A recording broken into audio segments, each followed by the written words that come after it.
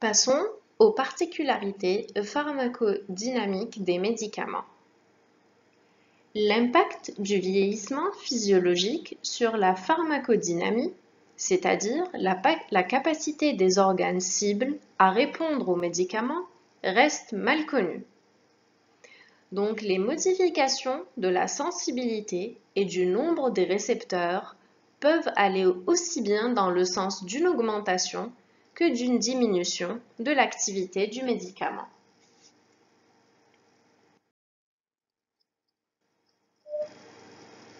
L'Organisation mondiale de la santé définit la pathologie iatrogène comme toute réponse nuisible et non recherchée qui se manifeste à des doses utilisées à des fins prophylactiques, thérapeutiques et diagnostiques.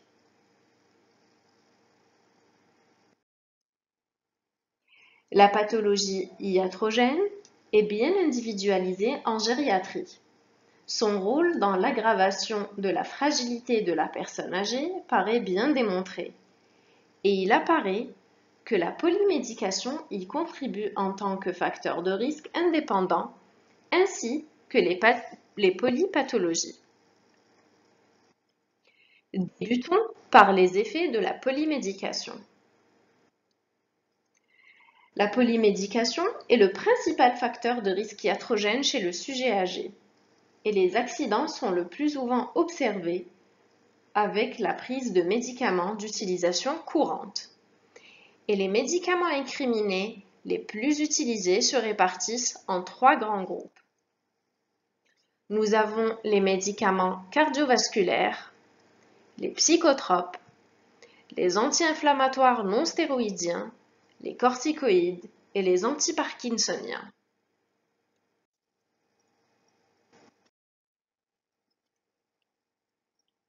La polymédication peut avoir un effet délétère sur la santé bucco-dentaire.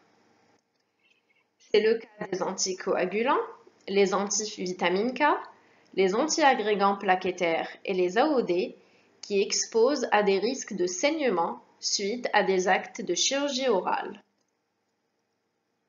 Les inhibiteurs calciques prescrits pour l'hypertension artérielle comme les nifedipine favorisent un accroissement gingival chez certains patients. Les immunosuppresseurs comme les corticoïdes ou les agents de la chimiothérapie tels que le méthotrexate ou la vincristine qui retardent la cicatrisation. Le traitement de l'ostéoporose ou des métastases osseuses par les antirésorbeurs osseux comme les biphosphonates ou le denosumab sont connus pour être à l'origine d'ostéochimionécrose des maxillaires.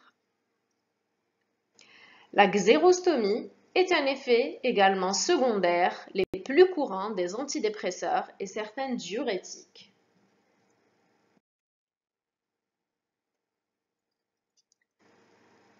Plusieurs effets des polypathologies peuvent être observés. Nous citons la dénutrition,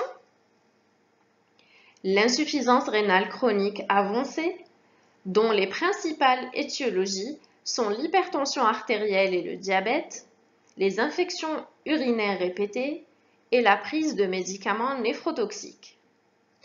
Nous citons également le déséquilibre cardiovasculaire dû à l'association des antihypertenseurs, diurétiques, digitaliques, antiarythmiques également, mais aussi la démence.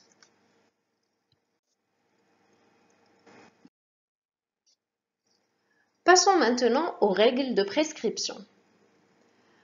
Avant la prescription, il est très important d'écouter et d'examiner le patient, car la prescription d'un médicament n'est pas toujours la réponse la plus adaptée à la plainte du patient. Il faut s'assurer d'un bon diagnostic, car l'absence de diagnostic précis conduit à ne traiter que des symptômes et à multiplier les prescriptions médicamenteuses et les risques d'effets indésirables. Il faudrait également connaître toutes les pathologies du patient, ses antécédents, ainsi que tous les médicaments pris par ce même patient, il faut hiérarchiser les pathologies et fixer les objectifs du traitement en tenant compte du pronostic vital et fonctionnel de notre malade. Et enfin, le plus important, évaluer le rapport bénéfice-risque. Il faut connaître également les principaux paramètres pharmacocinétiques des médicaments envisagés, à savoir leur voie d'élimination, leur demi-vie plasmatique, le degré de fixation aux protéines, les principales interactions médicamenteuses et les principaux effets secondaires de ce médicament. Choisir le médicament ayant le moins d'effets secondaires et d'interactions, ayant la marge de sécurité la plus large, ayant la demi-vie la plus courte, le plus simple à prendre, ayant la voie d'administration et la forme galénique la plus adaptée aux handicaps du patient. Et enfin, éviter la prescription des médicaments n'ayant pas fait la preuve scientifique de leur efficacité. Pendant la prescription, il faudra expliquer au patient âgé et à son entourage pour chaque médicament prescrit pourquoi nous l'avons choisi, son but, ses modalités et ses risques potentiels. Il faudra rédiger une ordonnance la plus lisible possible et s'assurer que le traitement est bien compris, que son utilisation est possible et qu'il pourra être pris. Et enfin, fixer la durée exacte du médicament. Après la prescription, il faudra évaluer régulièrement l'efficacité du traitement, sa tolérance clinique et biologique, ainsi que la nécessité de le poursuivre dans certains cas. Il faut savoir arrêter un médicament, car la prescription doit être régulièrement évaluée afin d'éliminer certains produits devenus inutiles, voire dangereux. Programmer également une surveillance clinique et paraclinique adaptée au traitement.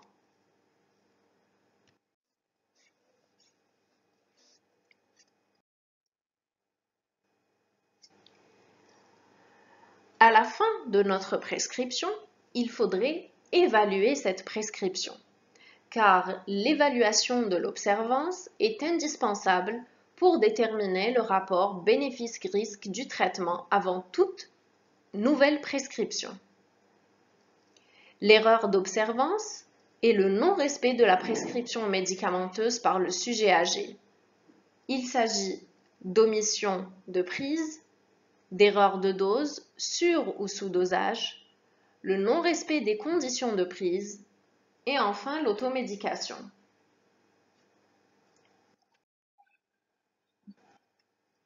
La solution pour éviter les erreurs d'observance réside dans un interrogatoire du patient et de son entourage afin d'identifier les facteurs de risque et les modalités de prise des médicaments, la rationalisation de l'ordonnance en simplifiant le schéma thérapeutique, le choix des formes galéniques adaptées aux capacités du patient et le passage à une ou deux prises journalières. La nécessité d'utiliser un calendrier, la mise en place d'aides, infirmiers ou familles à domicile pour la dispensation des médicaments et enfin, une bonne éducation du patient et de ses accompagnateurs.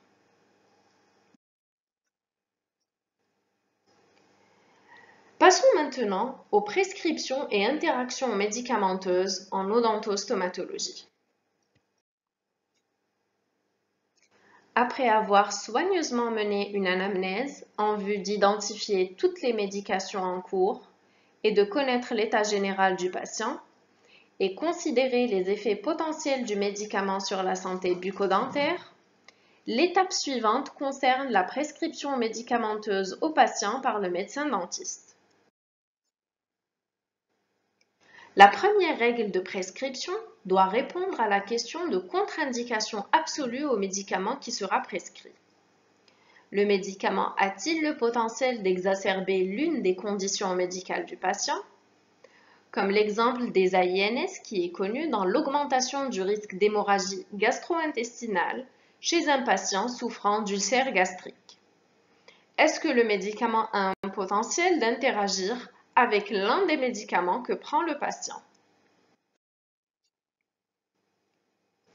Les médicaments prescrits à des fins dentaires ne sont administrés que pour une courte durée et ont une grande marge de sécurité, ce qui réduit le risque d'effets indésirables et ne justifie pas la suspension des médications en cours. Afin d'éviter la toxicité des médicaments, le prescripteur doit déterminer les doses suffisantes et efficaces et doit être conscient de la façon dont le médicament sera éliminé. Une diminution de la posologie pour les personnes âgées peut être recommandée en raison de la diminution de la masse corporelle et du changement physiologique du métabolisme associé au vieillissement.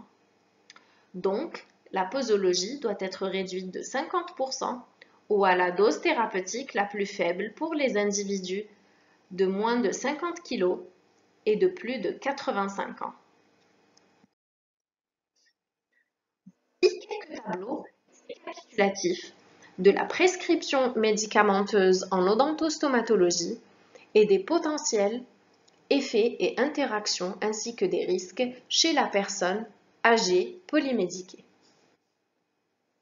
Nous citons comme exemple la prescription de macrolides, sauf la spiramycine, qui constitue une association interdite avec la colchicine, qui est prescrite par exemple dans la goutte, car elle aurait comme effet la potentialisation de cette dernière, avec un risque de toxicité rénale, digestive, d'infection, d'hémorragie ou encore mettre le patient dans un coma artificiel. La prescription également de clarithromycine, qui est interdite avec les antihistaminiques, car elle présente un allongement vu en ECG qui pourrait être à l'origine d'un malaise ou d'une syncope. Nous prescrivons également dans notre pratique quotidienne le tramadol, qui est de prescription interdite avec les IMAO, car il potentialise leur effet en provoquant des diarrhées, un coma ou un syndrome sérotoninergique. D'autres associations sont dites déconseillées.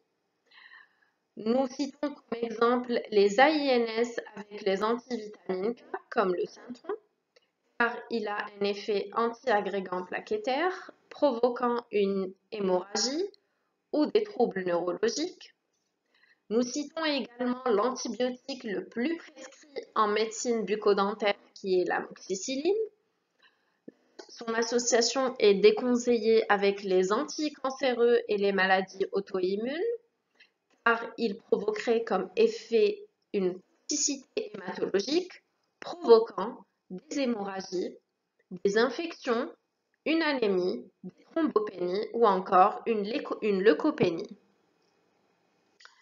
Évitons également la prescription de codéine avec les molécules morphiniques, car il les potentialise, causant une dépression centrale. Voici un autre tableau qui présente d'autres molécules qu'on prescrit dans notre pratique quotidienne, mais cette fois-ci, la prescription est dite avec précaution, comme par exemple le paracétamol, antalgique de prescription très courante dans notre pratique quotidienne, à éviter mais à utiliser avec précaution avec les antivitamines K comme le Cintron ou le Préliscan, car ils diminuent le métabolisme des antivitamines K en provoquant l'augmentation de l'INR avec un risque d'hémorragie.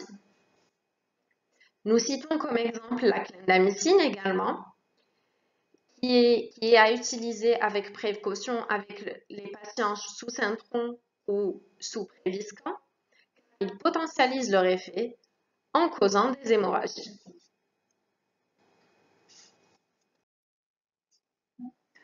Nous terminons notre cours en disant que la personne âgée cumule une série de facteurs qui l'exposent à un risque élevé de manifestations indésirables médicamenteuses, dont la complexité est liée à la fragilité, la polymédication, une pharmacocinétique altérée, avec ou non une pharmacodynamie modifiée. Toutes les enquêtes démontrent la forte prévalence et la sévérité potentielle de la pathologie iatrogène chez le sujet âgé. Donc, quelques précautions élémentaires devraient permettre de réduire ce risque, et tout médecin dentiste fréquemment confronté à des sujets âgés devrait non seulement les connaître d'un point de vue théorique, mais surtout les appliquer en pratique quotidienne. Sur vos écrans s'affichent les références bibliographiques qui nous ont permis la réalisation de ce cours et je vous remercie de votre attention.